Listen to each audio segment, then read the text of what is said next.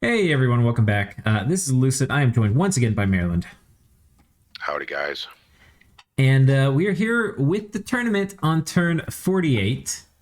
And do you remember what happened last episode, Maryland? It's been about a week or so since we recorded. Yeah, I think it was 4 days ago, something like that. Well, we talked a great deal about, the thugs and the giant battle where Vanheim got stomped. Right. And the summary from his comments was he made a little error with, we didn't notice at the time, but the chill aura of his Frostfather was devastating, was one of the comments. He made that in the, and he brings it up here. He brings it up here. Anyways, we spent a lot of time on that, and we spent a lot of time on, various little battles.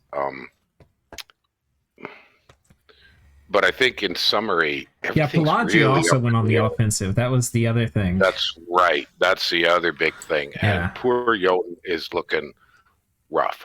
Right. He got the territory concession from Ashdod, which I was surprised about. Right. Right. That was, yeah. But then now has an army between him and his cap, which is not good. Well, and I think that territory concession might end up being fine for Ashdod, because I don't think Jotun could sit there and siege down that fort. Oh, he's out of the game if he does. He has to run back. We'll see what he does this turn, but yeah, exactly. All right, so let's start by reading Vanheim's message, and then we'll read Pangaea, and then we'll look at the conflict. Sounds good. All right, so what a disaster. Oh, man. Yeah, he and I were thinking the same. I mean, you can't not think that after.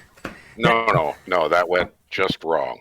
Yeah, that magic phase attack last turn went wrong for two reasons.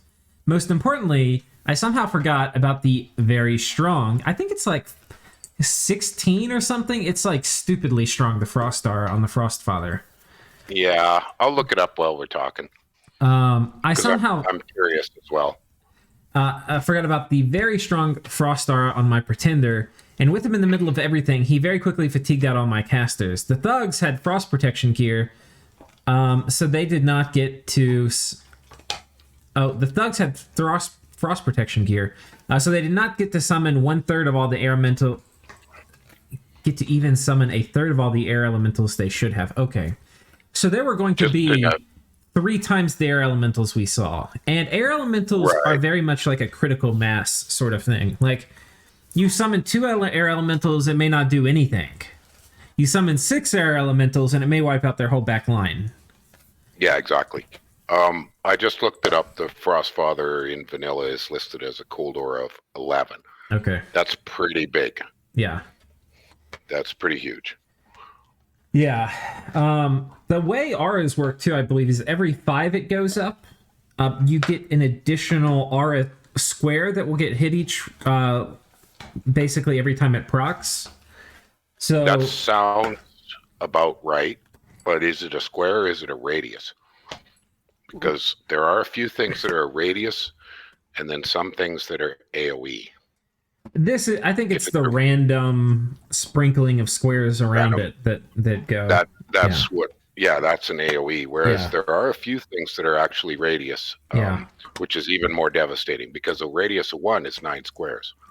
Yeah, so it's an aura, an AoE, not a radius, I think. Yeah. I was just wondering. But in addition to that, the strength of the hits is a bit higher too. It's one of the reasons, like, Nephil Giants have very high chill auras, and it's a lot more effective on them than, say, if you get like the chill aura Bless or something. Well, just an interesting comparison: the Rhyme Hopper, which is a useful cold aura item, is a cold aura of 1. Oh, really? Is it that low? Huh. Mm-hmm. Okay, and let's maybe just look up. Well, we need to make sure, because sometimes Mod Inspector will display things wrong. I know. Let's see. Jarls are a 17. Yeah. And Giants are a 10. Yeah. So it's better than a Neef Giant, according to the Mod Inspector. Not quite as good as a Jarl. Right. And those things put things to sleep pretty fast, like remarkably fast. Especially stack. Yeah. They were also easy kills once the White Centaur reached them. Yeah, that's also true. When they were fatigued out, all that high defense on the casters doesn't matter. And he had the flankers, so that all went down. Given that I had just seen how Pan's Frostfather caused similar troubles in that big battle on his cap, this has got to be the most stupid and embarrassing mistake I've ever made in Dominions. Well, highly doubtful. If you've been playing Dominions as long as Kris Lighthawk has, you have to have made lots of stupid mistakes. I think everybody has. Oh yeah, like just some agonizing ones. Yeah. Although I've never quite blown up a communion with Phoenix Pyre. I've watched it, but I don't think I've ever pulled that off. I think I've done that. That's a doozy. Yeah, I'm pretty sure every mistake I've made at some point. I have wiped out a communion with a Hellpower Sabbath communion combo. Oh, that's right up there. Well, that's a fun way to go. Yeah. Two or more Van Jarls were supposed to cloud trapeze and help by summoning elementals and casting Thunderstrike. In addition, they would have also blocked all access to my Pretender and the other two mages with him, making sure that his casting would not get interrupted. He never got Howl off because he had an imp. Because he was fighting an imp. I guess this was his Pretender that was supposed to cast Howl? I think that's what he's saying. Yeah. Although, given my first mistake, this one was a good one, as I did not lose those two Van Jarls. I guess he just forgot to cloud trapeze them. You know, it's like he maybe put the order on and took it off or something like that. Or missed on the range, or... Right. All is not lost. I'm still quite strong. My research is going very well. Very well is maybe an exaggeration. He was the lowest of all the major powers for research. But he got darkness. And he might be very targeted. Yeah. And with several enemies to fight, Pan can't focus all his attention on me. I doubt he can even take his throne back. That's probably true. I'm guessing if darkness is good for him, I'll see if I made notes of his blast. But I think he must have taken... Yeah, he has Spirit Sight. The thing is, and this is what we were talking about the other time, is he has all these Einherjar, which do not have benefit from his bless. And most of his Vans, which do benefit from it, are gone. So... Yeah. If like a third of your army has dark vision and and 2/3 doesn't, but all of the enemy's army doesn't have dark vision, it's probably still worth it to put darkness up, but it's not going to be like, holy shit, you know? Well, but he does use a lot of air elementals. That's if I true. Remember correctly. Yeah. That could be they have important for them. Spirit Sight. Yep. They have Spirit Sight. So that's very significant. Yeah. I was just thinking of summons, because typically with a nation that doesn't have an 8 dark vision, you're looking at what are your summons and do they benefit from it? Yeah. That's a good point. And any demons, like imps and stuff, they all benefit. Though Pan has probably as many of those as he's going to have, if not more. Pan has been the person with more imps every fight, I think. Correct. But the one thing I haven't seen Vanheim roll out is Storm Demons, which is kind of a classic. Yeah, we'll see if those when and how they show up, because I'm sure they'll be making an appearance this game, but not sure when. They're not super mage turn efficient to get early on. It's really once you get Blood 9 they start being efficient. But that doesn't mean you shouldn't have... I mean, 8 or 9 can still be a... You know, like 10 Storm Demons can do a lot of work. I've seen fights where 10 Storm Demons get 100 kills or something. So yeah, especially if you can toss on any kind of protection to them. Yeah. So that their ethereal is backed up by something. Yep. You know, bark skin or whatever. Okay, on to the messages from Pan. Remember when I said I had to respect Vanheim's god? So he's busted this up into short and sweet, tricky little notes.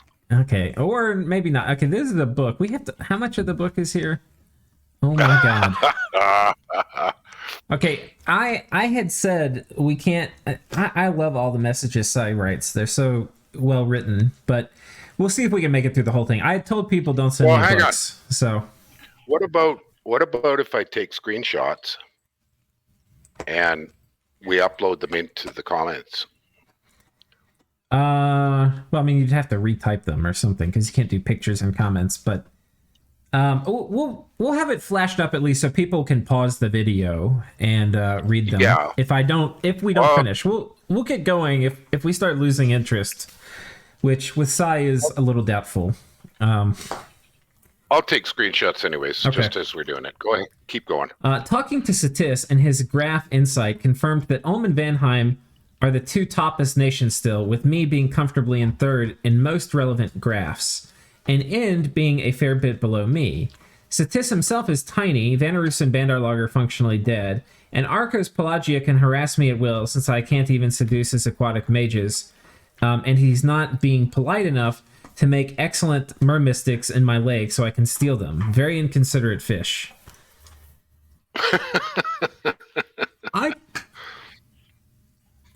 Yeah, in the most relevant graphs, I think so. It's funny he said this because we talked extensively about it last turn. Vanheim definitely appeared to be position 1, and then depending on how you looked at it, Ulm and Pangaea were position 2, Mm-hmm. and then, but I kind of felt like Pelagia was secretly. But yeah. Well, there was that interesting comment that, and I'm not sure I agree, but that if Ulm doesn't make its move in mid game, it can find late game difficult. Yeah, and I think that's certainly been my experience playing them. They have just Earth Fire mages suck once Army of Gold comes out. That's really what there is. Yeah. Okay. Fortunately, I've been an expert in fighting. I happen to be an expert in fighting 1v4. This is true. I said this when this whole thing broke out. Like, Sai is super comfortable in a coalition war. And in this case, I even have a tech advantage over Vanheim that I can continue to exploit. As long as I'm using primarily sacred stacks and on this front, Wrathful Skies won't be as dangerous as all that. And Wailing Wind is similarly something I can deal with as long as I'm using White Centaur / Centaur Warriors as troops and ensuring that I have retreat paths for my mages.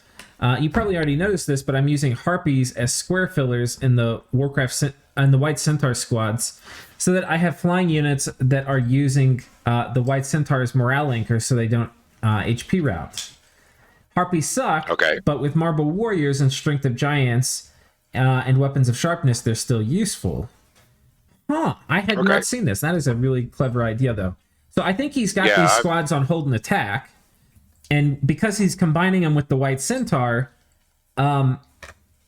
they aren't going to run away as soon as they all kind of get busted up when they hit the back line. And because they're also combined, they're getting all the buffs the White Centaur are getting. Right.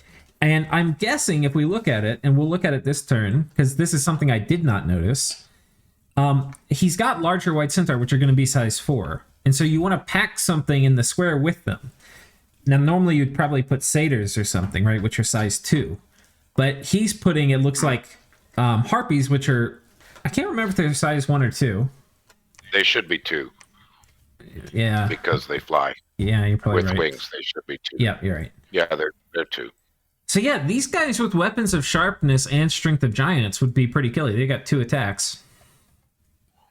Yeah, their attack skill's fairly terrible, but Yeah. there's something. Well, that's interesting. I've never use thought of them that. as I've tended to use them as formation busters instead. Have them on little squads that bust it up into little chunks that go in and mess up the archers and stuff. Yeah. Also, you didn't see this because they were assassination battles, but Vanheim has been using Blackheart Van assassins, and this turn I successfully baited one of them by sneaking out all of the commanders that I didn't want to fight the assassin so that it would get charmed. It didn't get charmed, but it died. Yeah. Okay. But I mean, that is. I just finished a game where it was just assassin cancer fighting each other, and that's definitely one of the tricks you can do. There are huge benefits to fighting an assassination if you have a lot of stealthy commanders. And that's interesting because both Pangaea and Vanheim have a ton of stealthy commanders, so it's a very kind of weird assassin dynamic. Yeah, I'm not. I've been wondering if Vanheim was going to use those, and sadly we can't see them. Right. I also lucked into killing his other assassin without doing anything so clever to counter it, because it happened to tag a pan the head, bodyguards, and nature gems. It similarly could have gotten charmed, but just died instantly. Yep. I guess. Yeah, I guess it depends on what kind of assassination script he's using. If it's going into melee, then charm is a risk. But if it sits back and just does something at range, it's pretty hard to get a charm on an assassination defense, I would think. To me, that seems very unlikely. Yeah. Because your pan is not going to move forward to get into range. Although maybe charm's range is big enough for an assassination battle because they're smaller. Yeah, I don't know. I think it would depend. But I'll tell you, pans with any nature gems are going to be horrible to assassinate, because they're going to, with my mod on, they're going to turn one to Creeping Doom, and then good luck. Yeah, exactly. Yeah. You need massive area kill, and there's just so many stupid little things that. Yeah, I mean, if he had a fire shield, he could probably do it, but. Yeah. Okay, Ulm should be much scarier than he actually is. At his tech level, Ulm should be spamming matrices and fielding armies, casting every battlefield spell under the sun, so that his regular troops become armor-piercing, omni-resistant monstrosities. If he's using evocation, he should be doing so with Arrowfend and Wind Guide and shielded troops, so that he doesn't wipe out his own guys with Iron Blizzard. And off-script Blade Wind. Oh, okay. Okay, that's what he's saying. I'm trying to read that going, Iron Blizzardo is what I think. I should have read that. Yeah. Hey, that's a chew toy from my other dog. Okay. And he should be painting luck on his guardians using clams for the bigger area of effect variant of that. Okay. With Petra, okay, so there's a few things I think going on. One is he's like, oh, he should be doing this, should be doing that. I mean, yes, but he is not very committed to fighting Pangaea, right? Like he's doing super low commitment stuff. And if you're going to put, 10 iron or 10 crystal matrices on dudes, and because you also have to do the slave matrices. Because you don't really have great communion slaves. I mean, he could use the lizards, but like that is a very high commitment army, and he's not doing a high commitment attack against Pan. And also his research is kind of shit for middle-aged Ulm right now. I mean, he's number one, but middle-aged Ulm should be number one by a mile. Well, he might. I mean, we can see that Ulm is. It might be that Pan can't really see that Ulm is kind of playing this poke and prod game, rather than any kind of aggressive push on anybody. Well, I mean, he's been eating he just finished off Vanarus, right? So I think his strategy was, let's be part of the coalition, let's poke Pangaea a bit, and maybe get a little bit of land out of it. Now, I don't think it's been worth it for him, other than it's maybe slowed Pan down. But I don't think he's profited. I'm sure he's lost more to dryads and raiding than the couple territories he's gotten out of the war have been worth. But yeah, he's giving Sai a bit of respect. Like, he's not raiding without mages, but it's a pretty low commitment stack. Okay. With Petrify from lightly geared advance and casters in his army, he should be utterly immune to thugs and super combatants. Yeah, I mean, Petrify you have to be Earth 4, which you could do with Earth Boots. So that's possible. Well, but who is... is anybody really running any SCs other than the two gods? There isn't. Three. They're and the thugs, mostly it's bargain thugs, and it's Pan and Vanheim thugging against each other. So I don't know if I was Ulm, I don't think I'd be worrying about counter thug heavy-duty counter-thug armies right at this moment. Well, I don't think. I think Sai's making a good point. I think what Sai's saying is, like, Sai's saying the middle-aged Ulm Doomstack at this time in a game, at turn 48, would be very scary. Like, these are the things he's listing that a middle-aged Ulm Doomstack can do. Well, and by the way, I mean, the middle-aged Ulm Doomstack did stuff pretty close to this for the battle on Vanarus. Yes. But he just isn't using it. It didn't do all of this, but it did some of it, a good bit of it. But he's just not using that because he's not trying to kill Pangaea. He's just fucking with Pangaea. But if you do this other stuff, like if you have these casters to do everything and you buffing up your army, putting all these resistances on them, you don't want it to get cheesed by a super combatant. And so that's why I think he's saying you want to have a petrify caster. In a big army. In a big army, yeah. But he gets to it in the next sentence here about. I think I agree with his summation. Anyway, go ahead. Okay, he should be doing his own Howcast and similarly using generically good nature battlefield magic. I thought he was being non-committal towards me since he smashed Vanarus. He clearly knows how to use spells that aren't area of effect, direct target damage, and level 3 earth buffs. Right, okay, so Sai's basically saying the same thing we were saying a while ago, which is he has all this research, but hasn't been using it. Right, that's basically what this line is saying. Against Pan, right. He did use a good bit of it against Vanarus. Right, but that was the first time we saw it. We were like, oh, okay. Yeah. So it's there. It's there. He knows how to use it. Yeah.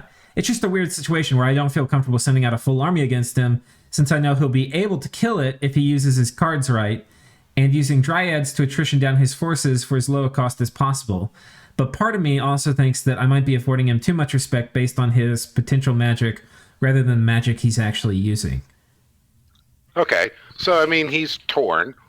I would argue that Ulm might be playing this well then. You know, we don't know everything in Ulm's mind. Right.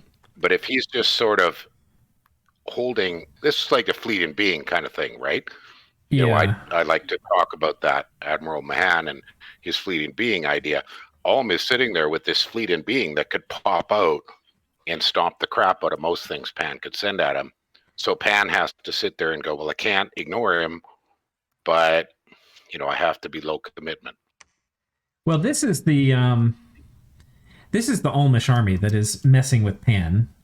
And it's budget as hell. I mean, this is... Yeah, it's very low cost. It's got like a few bow of war dudes. It's got a guy with an ethereal crossbow. It's got a few iron blizzard casters and a small squad. I mean, this is like super budget.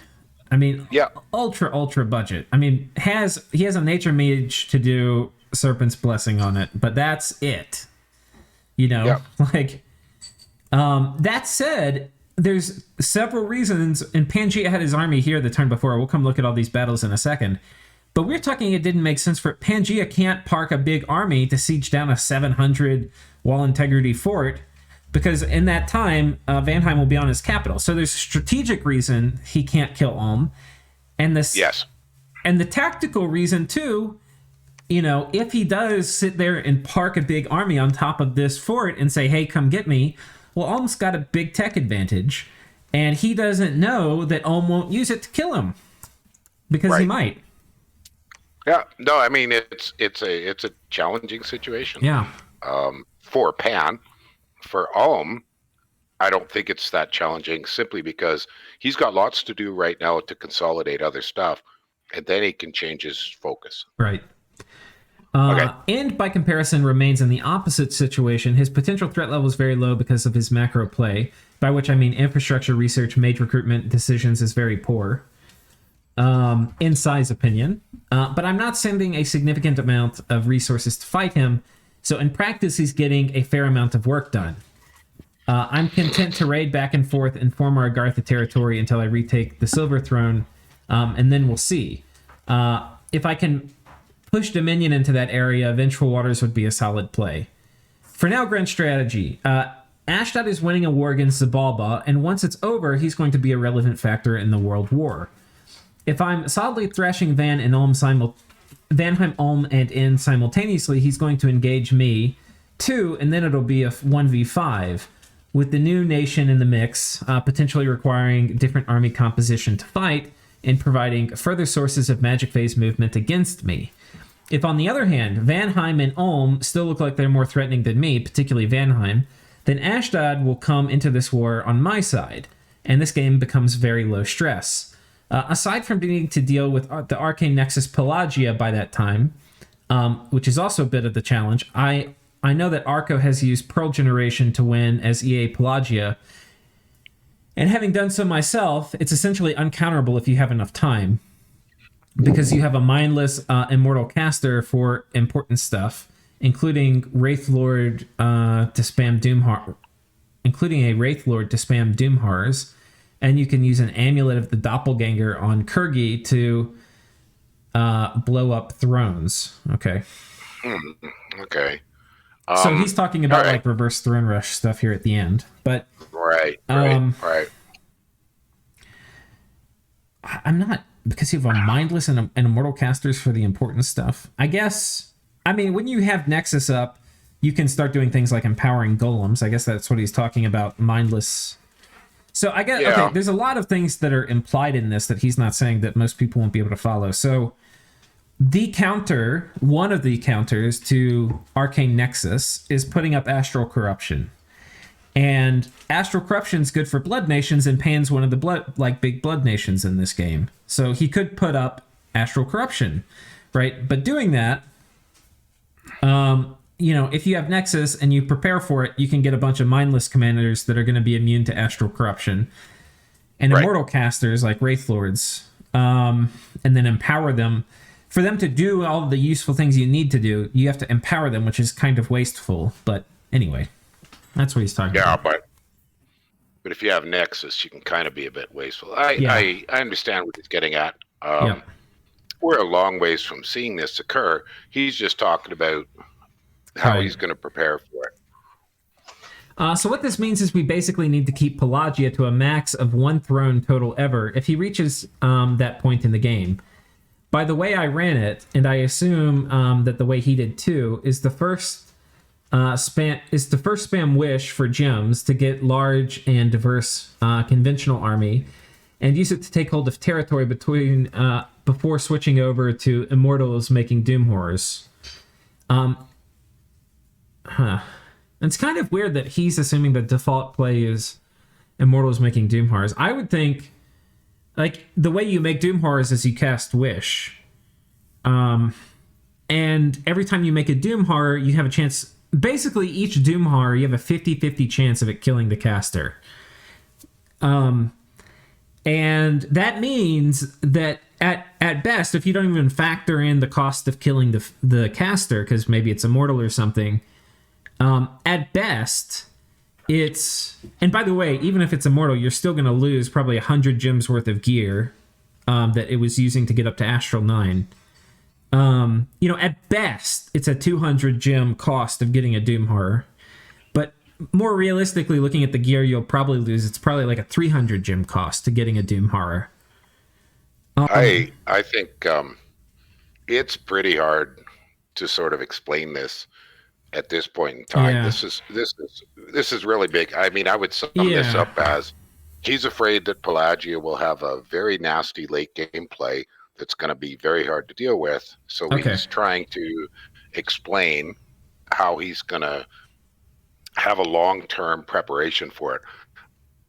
But I'm not sure that we can realistically show people this unless you've got some videos somewhere else we can link to say, okay, here's an example of this kind of crazy late game stuff. I haven't seen this in years. Yeah. This kind of top end late game craziness where there's enough gems in a game that this actually can happen. I just had it happen to me the other day. Long time. But, okay, so you could probably show something, but without some demonstration, this is hard to explain. Just the way you counter this, I mean, there's a few things. And I'll close on this for this topic, but one second, my dogs are about to get in trouble. Okay. okay, they're fine.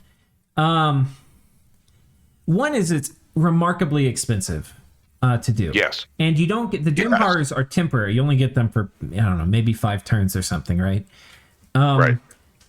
If you know what's happening, then what you do is you patrol your army. You patrol your thrones with armies that can kill Doom Horrors. That is the only counter. And you have to do it, like, the turn you know the Doom Horror is summoned.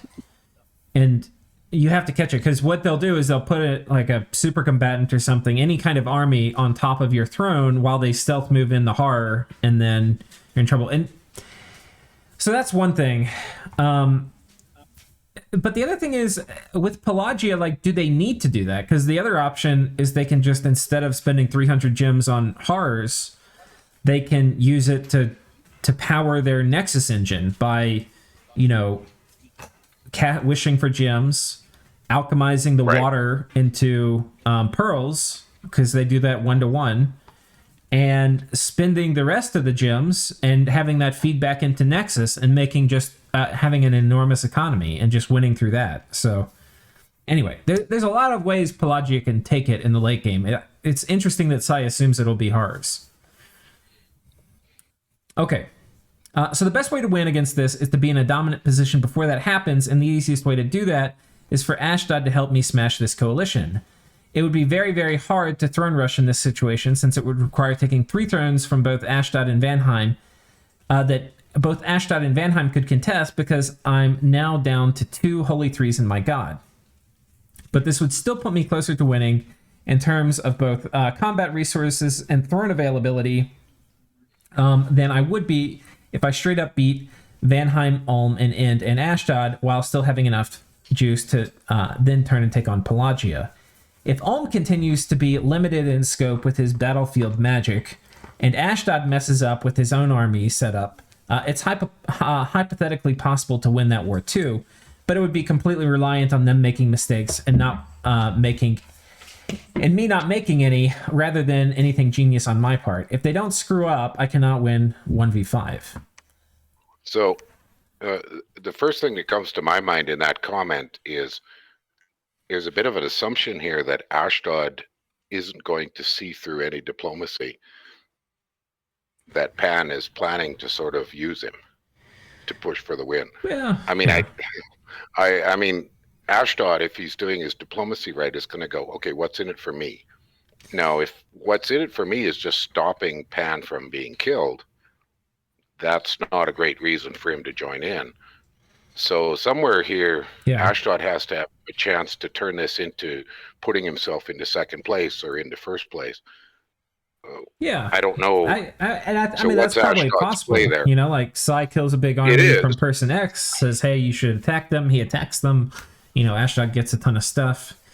He eats them. And, And if he does that without giving Sai enough thrones to win, maybe he teams up with Pelagia next, and Pelagia and him, you know, take on Pangaea or something. You know, I don't know. But this is like Xibalba. This is way down the road, because Xibalba hasn't even fallen yet. No, and he's demonstrated some good defense lately. Last message I promise, and this is just some dumb micro thing. I really regret throwing away those harpies now that I can rebuild my blood hunting, because they're extremely efficient patrollers, and needing to rebuy them basically means I'm down a pan. Wolves are way worse at patrolling than harpies, and even less useful at anything else. I can supplement them with pale riders, which are actually useful for lances in a pinch, and great with strength of giants and weapons of sharpness to serve as single-use missiles. But I don't have the death mages to make them quickly enough to cover all the my patrol needs. Plus, I probably want to make some specters or mount fiends for some life after death stuff, so I can start unzipping for big fights. I don't want to waste all my death gems on patrolling. Okay. Yeah, death gems for patrolling kind of sucks. Sometimes you have to, but... Yeah, and reanimation's not horrible either. Okay, so let's take a look. We've got a pan battle here. Let's see if this is a kitted out dude. 10 gems of gear. Okay, I'll let you watch that. I need a quick bio break. All right. Bunch of imps coming in. They yoink him with just the harpies. And Yeah, what's one thing? Like, defense-based thugs versus a bunch of harpies and imps, not going to go very well. Imps are actually excellent at dealing with defense-based thugs. Then Jarl attacks here. Okay, kills this. Just seeing what gear is on it. It's not going to be... Okay, this is interesting. So, Pangaea comes in... Oh my god. Okay, this item is cursed. I probably should have made it so it can't be transferred, because this guy picked up this item when he died in combat. I think what he's trying to do, actually, is get this guy to die. I bet you he has him scripted to run in, and then hopes the pan picks it up. Oh, yeah. Yeah.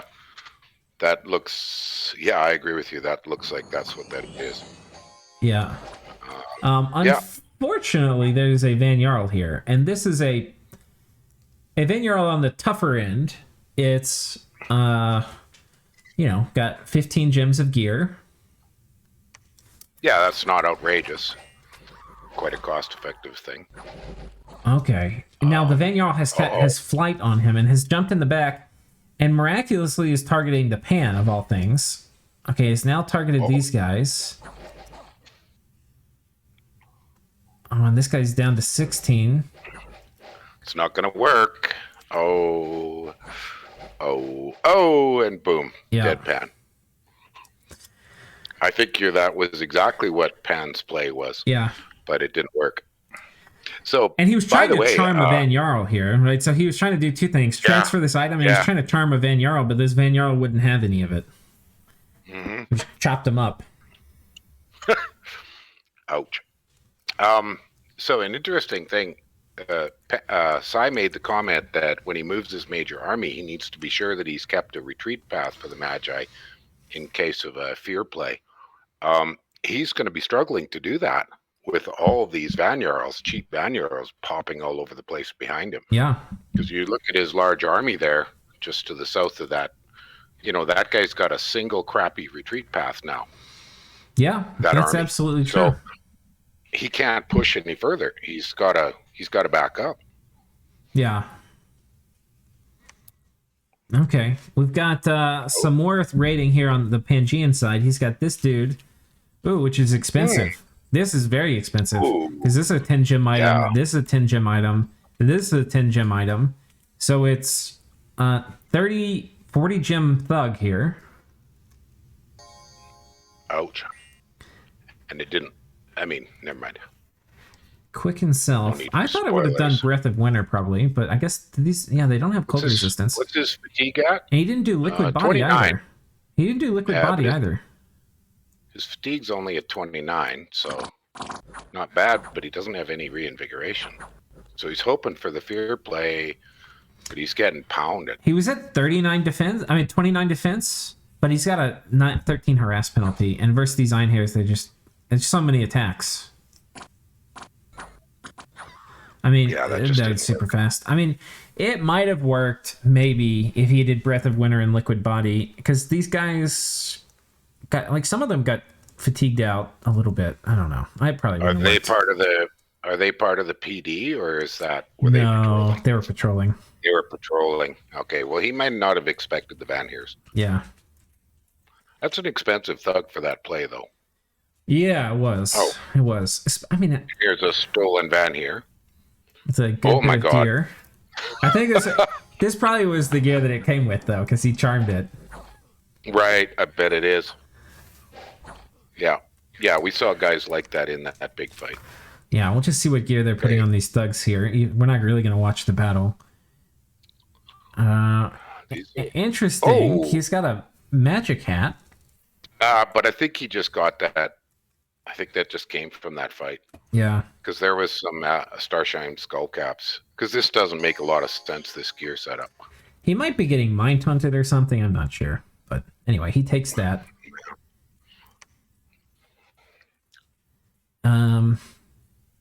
I think... Was there a battle here? Oh, he was trying to sneak a Dryad in. So 2 Dryads got caught. Okay. Let's see what they were kitted with. Kind of interested. This is our only vague insight into the the Assassin Wars. Okay, lifelong protection and 2 nature gems. So swarm spam solid. Or creeping doom, depending on how he's feeling. Yeah, and inexpensive. Yeah. Oh, but it ran away. Well, yeah, because it's caught patrolling. Oh yeah. So the way you'll do it is that when you move it on top of a fort, you often want to script them to retreat, and then and then switch their script. Yeah, because if you set them on their assassination script when they're trying to sneak in, they get wrecked. Yeah. Okay, so that's this front. Ulm is staying here, trying to catch dryads that may be moving in to steal his shit. Yeah, so there's not a couple of golden orders and a silver order. 1 silver order, 1 golden. Yeah. So buffskis. But there's no troops, so they're not buffing anything. I wonder what those guys were doing. Well, let's take a look. I'm guessing they're summoning elementals. Oh, okay. Or buffing this. Oh yeah, elementals. Yeah. Yeah, you were right. Okay. Perfect. So takes that back. Losing a thug here. This is an expensive thug. This is why I'm like, dude, too many wars.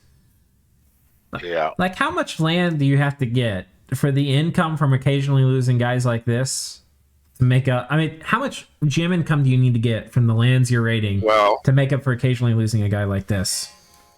If you've done huge site, like pretty much maxed out level 2 site searching, I sort of go with the rule of thumb that every province will earn 2 gems. Yeah.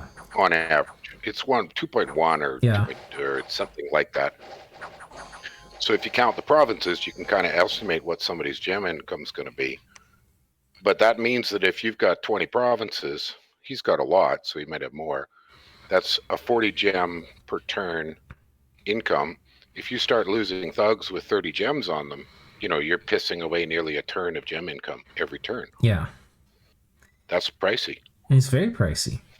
And this thug is special. I just realized it's heroic toughness. So I was like, how is he regening 6 a turn? Well, he's enlarged and he has heroic toughness. So he has 55 HP.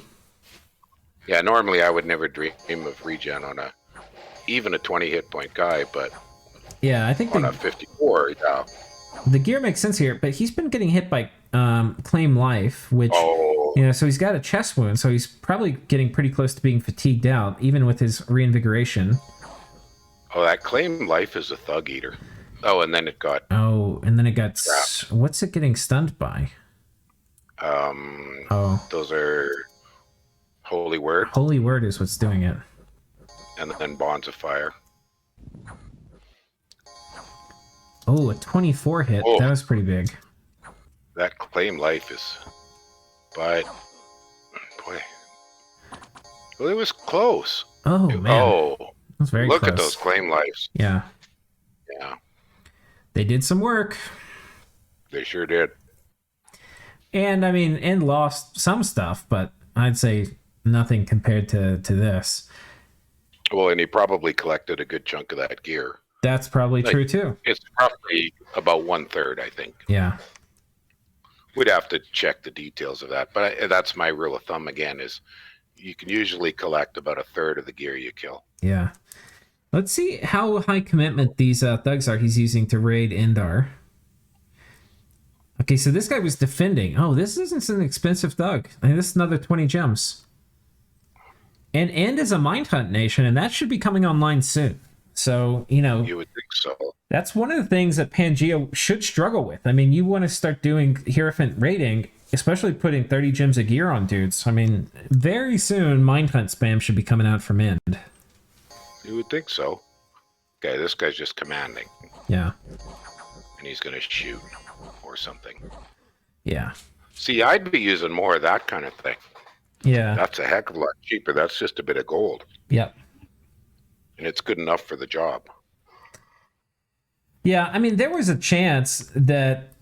There was a very real chance. Like, if you ran this fight over 10 times, I bet you Pangaea probably won it half of them, maybe. Maybe not that much. Yep. Maybe like 30 or 40%, but still, like, this is pretty low commitment from End. Like, if End loses this, I would care a lot more... I feel like Pan is wagering a lot more on this fight than Ind is. Yeah. That's why I don't think a 50-50 is a great trade, but you know, I mean, I think Pan's up in provinces this turn, on fighting end. Like, if we look at it,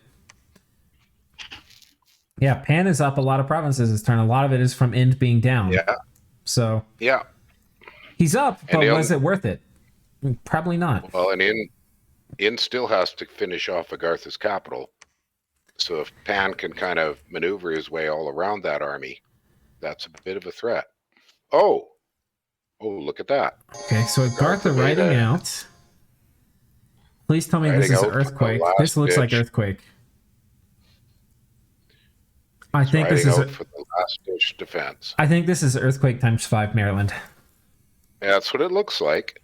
Yeah. Earth powers. Okay, I guess, yeah. And there's your earthquakes. Get ready for the great rumbling. Yeah. What was what? The green battle enchant. Howl. Is that Howl? Howl, Okay, yeah. Howl, okay. The Archmage. Where's these No, some Earth Elementals. Damn it, that is not what you're supposed to do. I wanted the great rumbling. Oh, wait, did it happen? I didn't see any earthquakes. He's casting Moss. Okay. Well, let's see what buffs are on these guys. Would Earthquake totally would have worked. I mean, it wouldn't have hit that many of these dudes, but yeah, it would have fucked up his archers. Well, and those, and he's got flaming arrows everywhere. Huh. Yeah, I don't know. And he put out fire elementals. But he does have a lot of Earth Elementals here. That is a lot of them. Oh. I think Fire Elementals beat Earth Elementals. Sure looks like it. But there's a lot more Earth Elementals than there are Fire.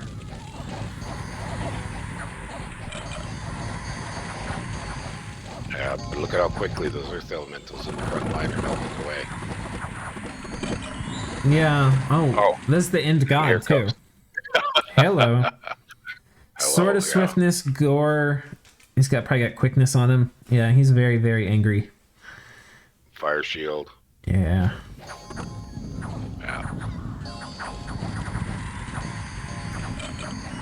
Is he inanimate? I can't remember. No. No. I heard shatter going off. I didn't know if it was who was casting it, but it looks like I think it's, well, who's casting shatter? Adatia is casting shatter. That's probably against the Earth Elementals.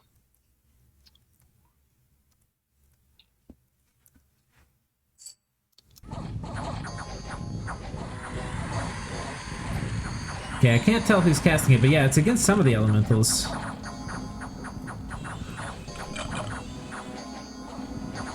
Ooh! That Earth Elemental just got wiped out in a single round. Wow. Look at how quickly, if those Sacreds hit them, they're just melting those Earth Elementals. Yeah. Look at that. Like, poof. And the SC, the god, is chopping up the Magi. Yeah, it looks like Agartha's about to rout if they haven't already. Well, and a fair number. I wonder how many of his... Oh! Something... Oh, a Claim Life? More of those Claim Lives just took out a Oracle. Yeah, well, this fight's over now. Well, a few Magi got away. Alright, well, I mean, that was a valiant defense by Agartha. Doesn't kill much that was important. Mostly just some archers, which... Cheap. Yeah. I don't know if Earthquake spam would have worked here. Earthquake's a little gimmicky, but he probably would have killed a lot more than mages if he did it. Yeah, I think he would have killed quite a few Magi. And had a decent shot at outright just winning the battle, I think. Might not have the research. There's a lot we don't know. No. Whoop. That didn't work. Oh, he was just going inside. Oh, they're... Oh, he's just mucking about. Incinerate spam? What is this guy doing? Rage. Mind burn? and there was a single mage strong enough to toss up an earth elemental. Otherwise, he might have taken it. He would have, I think. I mean, there's nothing in there. Yeah. And if it hadn't been for that single earth elemental, I think those two cheapy mages might have done the job. That being said, Agartha is done now. There's only none of the oracles made it back, and only two of the golem crafters did. So what Agartha can do now is basically limited to his god and a couple golem crafters. Yeah. And the handful of gems he still makes. Right. So I think that's it. We'll see next turn, but I imagine next turn we'll be doing taps for Agartha. Revelers. Okay. Yeah. Well, so I think that's about it for this part of the war. Yeah, Ind is still... He's struggling to finish off those last few forts. But I don't see anything over here from Pangaea that's going to stop him. Maybe the only one might be that army with lots of maenads, but I doubt it. Yeah, it's just maenads. There's nothing else there. It's just maenads. Yeah. Yeah, he should be fine. So if he gets this, he'll be in pretty good shape. Pretty good shape. I mean, he's already pretty high up there in the province count compared to the other nations, so... maybe, I think, did we cover the southern part of this war with him? Nope. Oh. The Pangaea recruitment officer has come into town. He charmed Bogus. Yeah. Look at him. Look at that.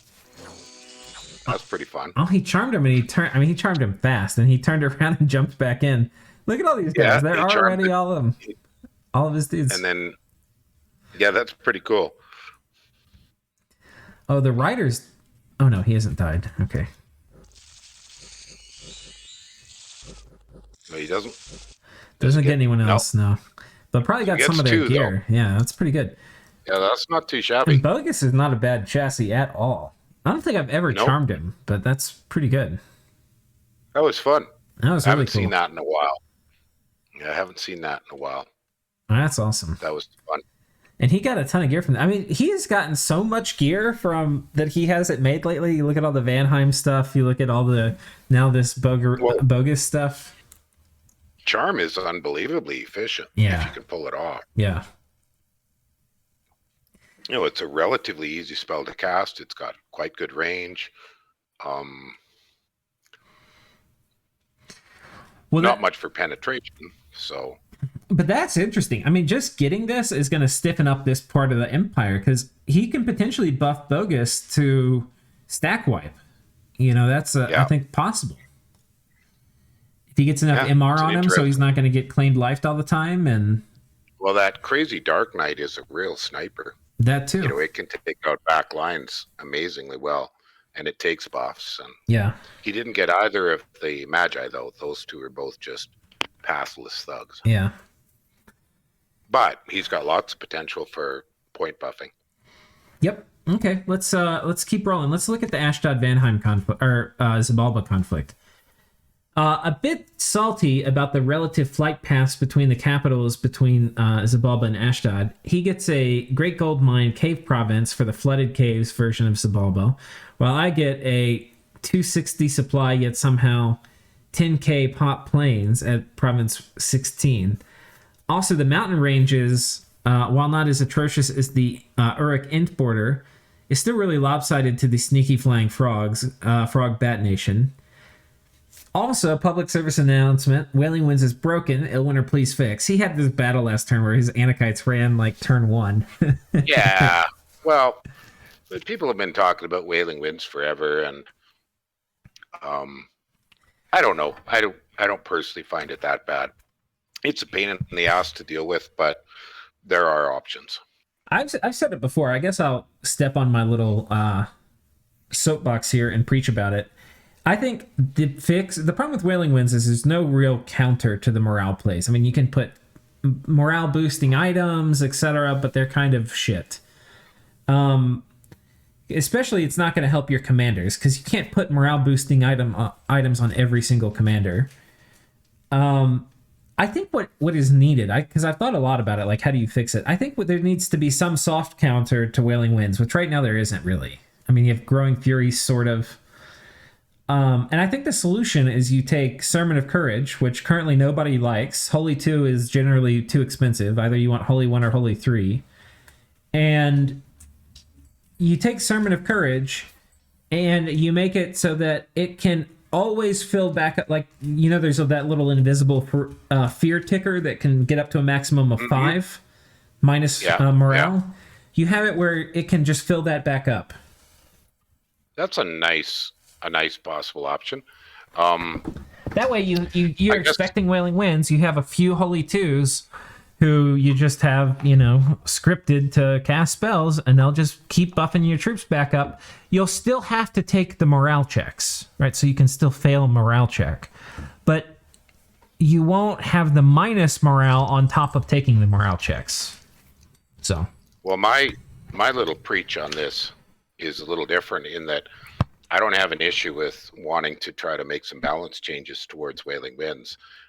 My issue is when you request a Vilwinter effects, sometimes that goes very badly.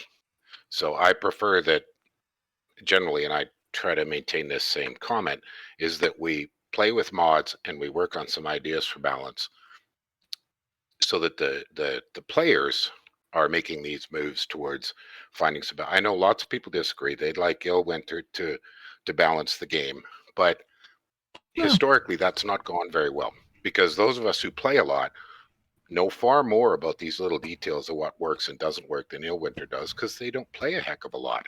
I mean, they're busy developing Elysium and doing a bit of this and making new content. And they made it quite clear in their interview, they're much more interested in making new cool stuff than they are in this sort of thing. And most of this can be done with mods. If it can be done with mods, start there. This one sort of can. The problem with, because we looked at trying to mod it, and the problem with modding it is that ticker, which is the fear ticker for whatever reason, if you increase it, if you make it, you can make Sermon of Courage affect it. Like we can make that spell affect it. The problem, though, is it can go up to +5 too. And basically, any way you were to implement the change, your guys who would spam Sermon of Courage would be busy getting all your guys to +5 morale. And until that's done, they would basically keep casting it, which is not really what we want. Because +5 morale would be pretty huge. It would make H2s overpowered. But being able to get rid of -5 morale, I think, would be very balanced. So. Well, and we could request from Vilwinter more options for modding. Yeah. But rather than request that they do a hard change. Because if they do a hard engine change to a spell issue or a balance issue, sometimes it leaves us with no options to back away from it to fix it. Right. But in general, I think having... the thing I think about morale places is there's not very good soft counters at all. Having where there's a powerful mechanic, I think like cries to get rid of the powerful mechanic kind of make the game less cool. Like powerful mechanics are cool. But having some things you can do which mitigate the powerful thing, I think is cool. Especially... I agree with your philosophy there. Yeah. I agree with your philosophy there. You know, one of the comments, say, with Magic Duel was, well, what if we let items count towards it? And I said, I like that idea, because that's a soft counter. Yeah, that's not a bad idea. You know, you could stuff expensive, valuable, low astral magi with astral buff items, and that would massively increase their Magic Duel defense. Yeah, there are problems with that too, though, because then it would probably work on the offense too, and then you have. Yeah. So I mean. But yeah. Anyway, it's stuff to think about. It's not a bad idea. But I'm just agreeing with the general concept that if we've got a broken sort of thing, like, you know, people complaining about foul vapors, Wailing Winds, if you can put in a counter that you can research and put together and build, that's a pretty cool way to deal with it. Yeah. Anyways, we need not to get into the great, because we're getting ready in an hour now. So yeah. I have PD dumped 16. Going to just chill, i.e. starve and patrol. Hopefully catch some assassins rotating to his cap while I wait for the fort to be taken to my west. Oh, I guess he doesn't know about Pelagia. Can we find 16 quickly before let's do that. Finish reading this? Yeah. Just to see where that is. Here. Oh, there. Yeah. Oh, okay. Okay. All right. The fort he's waiting to get taken has just had the forces move off because he's probably had to respect Pelagia. Interesting, Pelagia didn't go on his cap. We'll have to see what happened there. Yeah. Okay. Well, let's go back. Commander and Scout Chaff shifting north. Xibalba has given me an amazing assassin idea, though. I can kit a Malacca with the Black Heart and do him one better. Still have to break at least his cap army before I get these past these mountain ranges and more freely raid. For research, finishing Conjuration 6 for Hashmals, and then undecided whether I go for Conjuration 7 for Living Elementals, and Arel for my diseased, starved, and afflicted giants, or Evocation 5, 6, 7 to get towards some battlefield wipes. Really banking on these Hashmal to be fluffed and just destroy his Skelly spam via Fire Shield, via Fire Shield or Attack Flyer. Oh yeah, Hashmouth. These are these. Yeah, the little kind of like a djinn, holy two, but right. They're pretty good in Fire Shield, and so they're okay. What do you they can't. cost? I think they're like 12 or something. They're 20. Are they 20? 21 pearl. Okay, that's a bit expensive. So they're not cheap. Yeah. But you don't need to put much gear on them. In fact, they don't even have many gear slots. They don't have a body slot. I think you can only put like hands and miscellaneous or something on them. But hands and miscellaneous. Yeah. Continue to feel the lack of research here. Xibalba also finally attritioning my commanders with these assassins. Feels bad since I basically won every relevant battle. Battlefield exchange leading up to last turn. Moving on to that cave last turn was just wishful thinking on my part. Okay. Yeah. It's hard for him to fight in the caves. Yeah, and it seems like this assassin business is really wearing on him, and we can't really... But notice my comment that, conceding that fort to... that didn't work. Or did it? This is interesting. Okay, so he's got Soul Vortex with Clayman. That's an interesting play I had never thought of. No, but they're inanimate. Shouldn't it not work on an inanimate? I don't think it works. We're gonna... Should not. Check that guy's fatigue. 101. Yeah, it's not working. That doesn't work. Yeah, I think that's a whoops, buddy. I think that's a whoops. Yeah. That doesn't work. You need trolls. Wait, he just got +4. Well, where did he get the +4s from? Okay, maybe we're wrong. Well, we'll keep... I think it might have been from a slave, though. Because Soul Vortex will work on slaves. Like, blood slaves. Mm. Yeah, it's not working, dude. That's not working. Jedi plays gone wrong. Yeah. I was like, God, why haven't I ever thought of that? Oh, it's because it doesn't work. Yeah. Wait, what is going on here? Are these guys out of ammo or something? They can't be. It's only like turn 6. He might have put them on fire in advance. I think he has them on fire flyer. Okay. So I think they're running forward to try to get in range of these guys. Yeah, they're totally on fire flyer. Yeah, and 2 are dead now. That's an interesting weakness of middle-aged Xibalba I hadn't thought of, which is you can just do fire flyer and target all their Kamazots. Interesting. I hadn't thought of it either, especially with flaming. It's like almost as good as a fire commander. Well, looks like that damn howl is what's hurting. Yeah, and there's still enough of these Kamazots that, well, and this guy... Because this guy's got 7 reinvigoration. He's going to be able to drop a lot of Fortisildons. I think this guy is like single-handedly holding up this battle.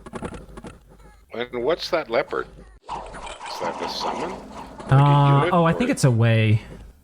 The ways turn into these guys. Oh, yeah. Okay, right. It's a jaguar, yeah. Leopard jaguar. Mind tricks don't work on me. I like that. Yeah. Wow. The problem, I mean, he didn't really have much hits in Bakemono, which were in the gate. And then the mix of Howl and Blade Wind. I mean, this just, it just didn't happen. It wasn't even that close to happening. Yeah, that Blade Wind is trashing these poor archers. You know, I think what Ashdod needed here was like 4 fire elementals. Who's Earth? Oh, those are Ashdod's Earth elementals. Yeah. Oh, they're stuck. They're not doing anything. Yeah. Oh, the Howl's gone. Fine. You know, I think you see it in every game, but especially in this tournament, I feel like we have seen forts be so hard to take. Like, just... Yeah. Oh, they're tough. Yeah. Tough. Just major reversals happening at forts. Like, look at that. Wow. Yeah. 4 Garnet Sorcerers. I wonder what the Garnets were doing. Like, I'm pretty sure they Sabbathed up, but these are the ones that should have done the fire elementals. And or the flaming arrows. Yeah. Somewhere or other he put up the flaming arrows. Fireball. Yeah, here is 2 Communion Masters. Oh no, this one's not a master. Okay. He just did Phoenix Power. Yeah. He needed elementals, I think. Well, and getting his slingers too far up front, they ended up plugging the gate, which wasn't in his favor. Yeah. It was not in his favor, really. Yeah, it's hard to say how it would have gone, because, you know, on one hand, they got all jammed up in the gate and, you know, kind of sucked. But on the other hand, that Fire Flyer did kill all the Kamazots, and you don't want the Kamazots just sitting there in the back, spamming out, you know, and not just the Kamazots, the White Mages, too. You don't want them sitting in the back, spamming out Horde of Skeletons off, you know, for forever. No, not forever. So no. I don't know what the play is, but it didn't work. The Rephates have a bit of Astral, don't they, typically? Or the Sages, Rephates? Yeah, I think so. Possibly. Yeah. Possibly. Now, one thing that does help when you're trying to bust through is if you could toss up a little body ethereal on something half-assed tough, it'll go through the wall. Makes a big difference. Yeah. Or bring along any kind of ethereal crap. Yeah. Yeah, I mean, there's probably a few ways to do this, but I mean, you know, it was an expensive hold for Xibalba. They lost a lot of stuff, like, you know, quite a few Kamazots. But it was still a massive upset and victory for them. Definitely a 50-50. Well, I mean, it's a lose-lose, but Ashdod lost a lot harder than Xibalba. And the damn... I wonder how much of that got snuck in as well, because yeah. I don't remember if last turn he probed it and it was more or less empty. Well, and he wasn't confident he would keep this. Oh, man, he caught some assassins here. So this gives us a view into we can't watch the fight, though. Yeah, can we? Oh, we can. Oh, we can watch. These were caught. Yeah, because they were caught. Oh, nice. True Shot Longbow and Lifelong Protection. Boy, if he could catch a couple of those lifelongs, that'd be pretty sweet. Yeah. The imps aren't even getting into the play. Yeah, they get... I mean, it's first bunch of hand guys. I think we know how it's going to go, but I just want to see how they're all going to... Yeah. A True Shot Longbow. Okay. And then this guy... True Shot Longbow, okay. Okay, so he's not gaining a great deal of... He just caught a Jotun scout. Yeah, okay. Not getting a great deal of gear there, but at least he got rid of 3. Yeah, because you can't get the lifelongs. I think those won't transfer either. Oh, they won't? Yeah, I think you're right. Anything that's like a deal with the devil, like some kind of pact that you've made. Yeah. It's just between you and the devil. You can't... Yeah, you're right. I think I forgot about that. But I'll tell you what. A bit of a setback for Ashdod. I mean, a bit. I feel like it's changed the overall current of the war. Like, I don't think Xibalba is going to be conquering Ashdod anytime soon. But I don't think Ashdod's going to be conquering Xibalba anytime terribly soon. No, he's got some... I think that was his comment about just the terrain is just a brutal challenge for him, pushing into it. Yeah, I mean, you would normally, from your caps, be able to go 1, 2, 3, 4. And you still can, actually, if these are both heat, which they are. So I think the important thing for him is keeping heat in this province.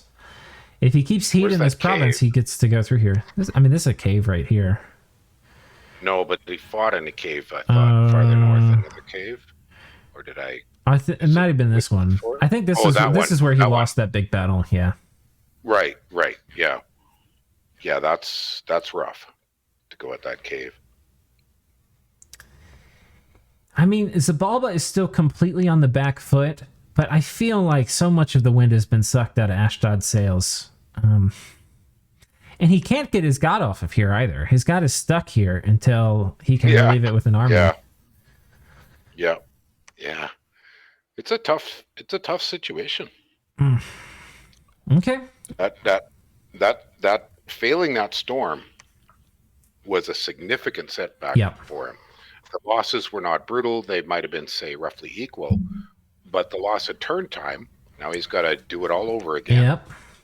The whole time, that glyph is not functional. Exactly. That's what I was about to mention. You know, if you imagine a scenario where he won that, well, that glyph's magic phasing out and it's going to probably destroy something, gym bait something, you know, be a big pain in the ass. And like this would be a perfect problem set with the glyph. It's got a lab in it, so it can just go somewhere else afterwards.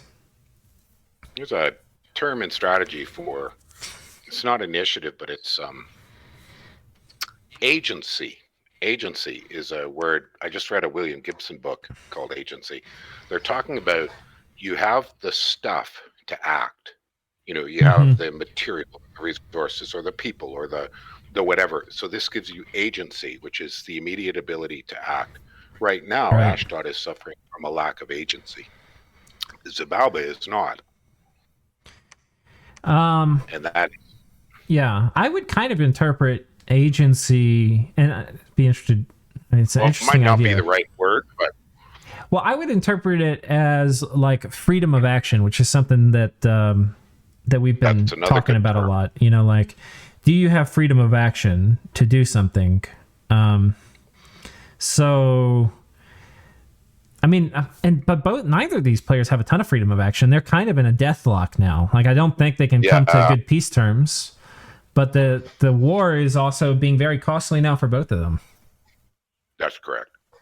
And I'll just say, like, you know, if I were now Ashdod, I don't even know what I would do. I would feel like I would feel probably like he feels, which is like, God damn it, I have to win this war. But I don't feel like I have the means to end it quickly. And those are normally the kind of situations where I'd be like, okay, well, let's peace out then. But it's turn 48. You have to win a war soon, or you're out of the game. And like, who is he going to go fight now? You know? Well, I'm just thinking there's some juicy land available in Jotun, but he made a peace agreement. Yeah. He made that big NAP. I mean, they could both turn and eat Jotun, and that might be easier than finishing each other off, but probably would be. Yeah. I don't know. I mean, this just, I think it kind of sucks, but they're going to have to fight it out now.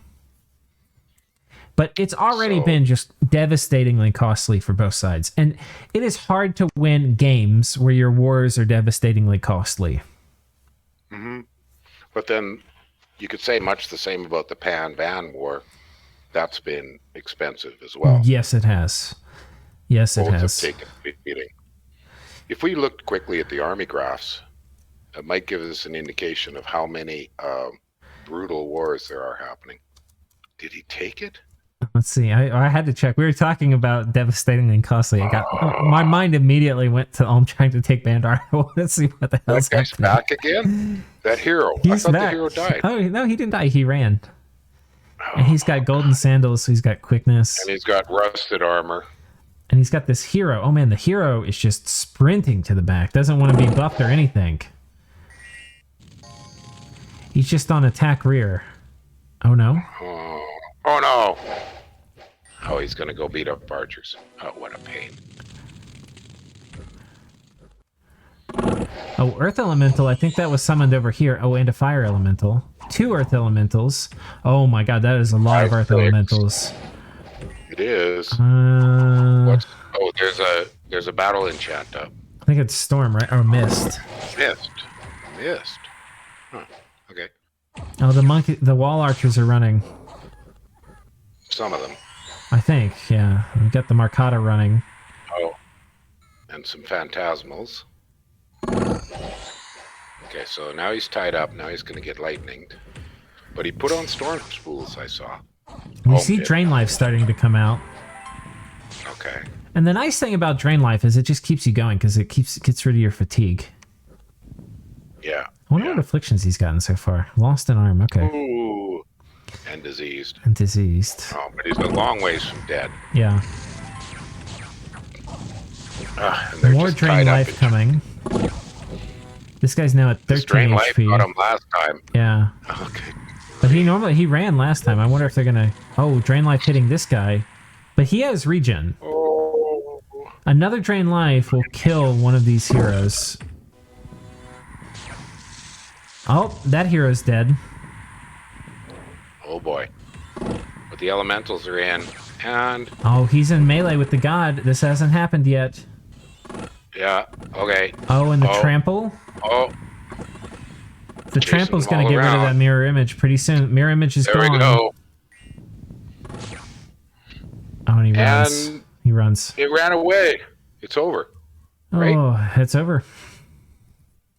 Well, Bandar Log. Amazing. Good hold out at the end, buddy. Good hold out at the end. Well done. Extract your pound of flesh. Yeah. Yeah. Let's pour a drink for Bandar. Yeah.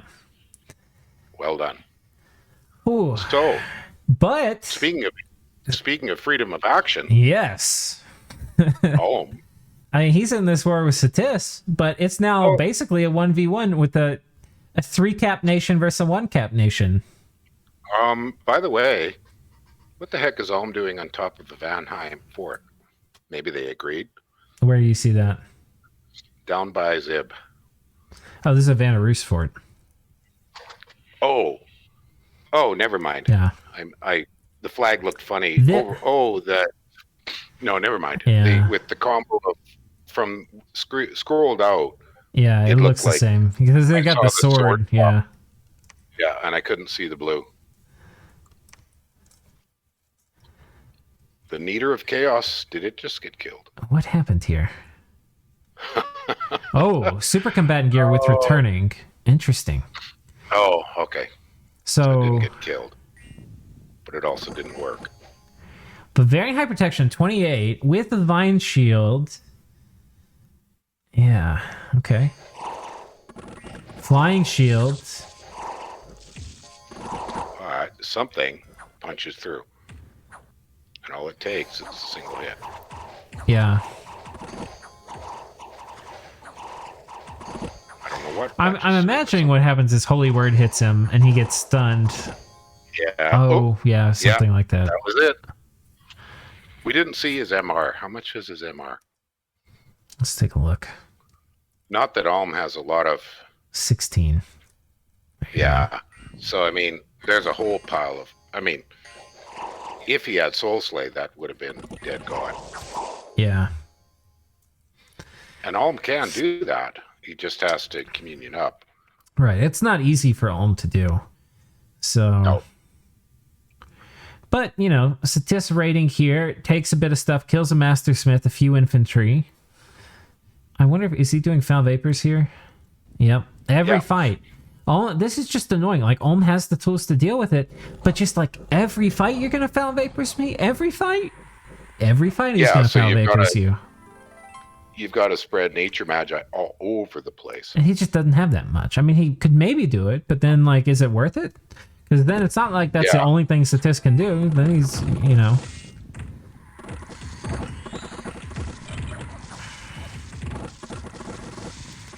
Oh, gelatinous cubes. Yeah, Foul Vapors.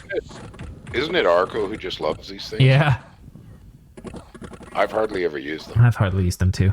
I've never had them used effectively against me, and I've had them used against me a lot of times. But well, I believe they're only one per mage turn, so Yeah. they're slow. They're slow. You know, they can be good. You enlarge them, and they get better trample, and they get the absorb on trample thing, which is really good. But yeah, I don't know. I've always just killed them. I don't know. I've never had one. I don't think I've even lost a single thug to one. Maybe I've lost one thug. Yeah. I don't know. I'm not doubting Arco. It's just that's and they can be pretty good budget raiders too, because they'll just gobble up PD. I mean, Ulm actually lost every single fight here with Satis except for this one with the god, which he sort of won. Yeah, well, he sent the god packing home. But now that he's, freed up on Bandar. Yeah. Well, and has Bandar's cap to get all that juicy income, and the gold. There's a ton of rest on it. He's got to patrol it down, but still. Yeah, but 40,000 population, that's pretty sweet. I mean, this is a good situation for Ulm, though, because he's got a chance to have 4 caps pretty soon. Now, we commented before, and there's been no change. Ulm hasn't rolled out his god in ages. That's probably true. So, he's got this airdropping super combatant available, to go off and be a pain in the butt at some point in time. Yeah.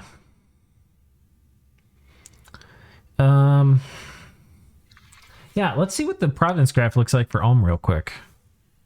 Yeah, quick bio break for me, so. Okay. Okay.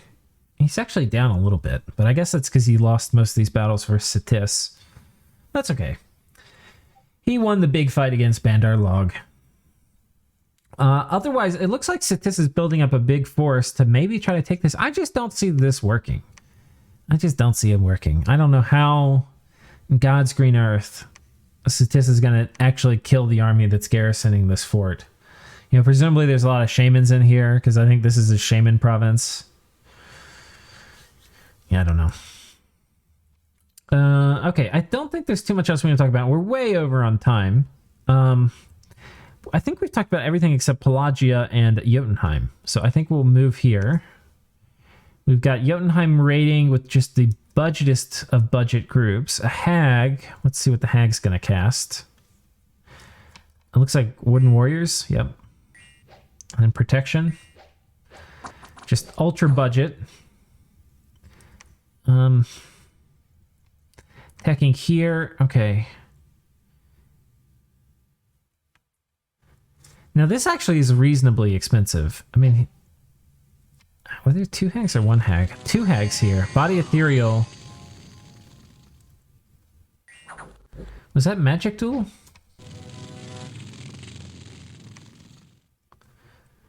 A ranged attack frozen heart. What the fuck? What the fuck? Oh my god. That's the longest frozen heart I've ever seen. Who the hell cast that? Show yourself. Who cast frozen heart? That was the longest range frozen heart I've ever seen. Oh my god, there's more. Okay.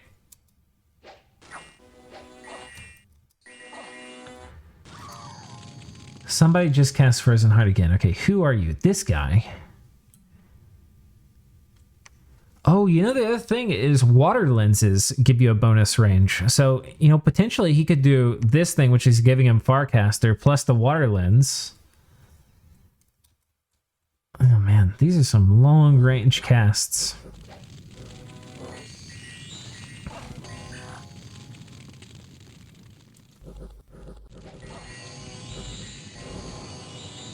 Okay. Well, this actually is kind of expensive. 50 gold.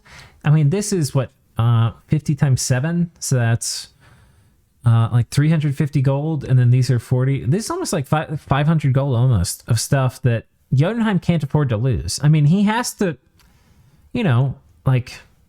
try not to lose all of his territory. So keep up some kind of raiding pressure. But Pelagia also pings his cap, and Jotunheim didn't defend his cap. Jotunheim was going to let his cap go under siege because last turn this army from Pelagia was here. And he's now taken this province.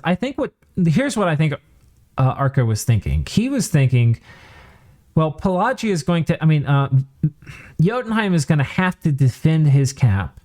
So he's going to move an army here while he brings this army home, and then they're going to jump on top of the cap together.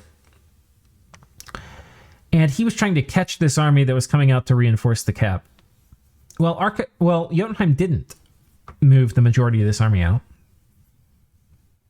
Which is, good, assuming that Pelagia would have won the bump. And now he's got this army basically cut off from joining the camp. It's very risky to move this army out while this Pelagia stack is here. So I'm guessing he goes on top of the capital, but we'll see. More light rating from Jotunheim. But yeah, I think that's about it. I think we've covered pretty much all the nations now. And we've got, Pelagia on the move. I don't know what Jotunheim's going to do. I think hopefully we get one really good battle. If Jotunheim has an amazing combat, they could probably win. But if they do, they better split up all their Communion Masters and get turn one, like Frostbend or something off. Because, I don't know. The mage artillery here in this Pelagia army is intense. It's going to be scary, but I'm looking forward to seeing the combat. And I think with that, we'll go ahead and call it. Maryland's probably still on his bio break, but we'll see you all next time. So thank you for tuning in. Cheers.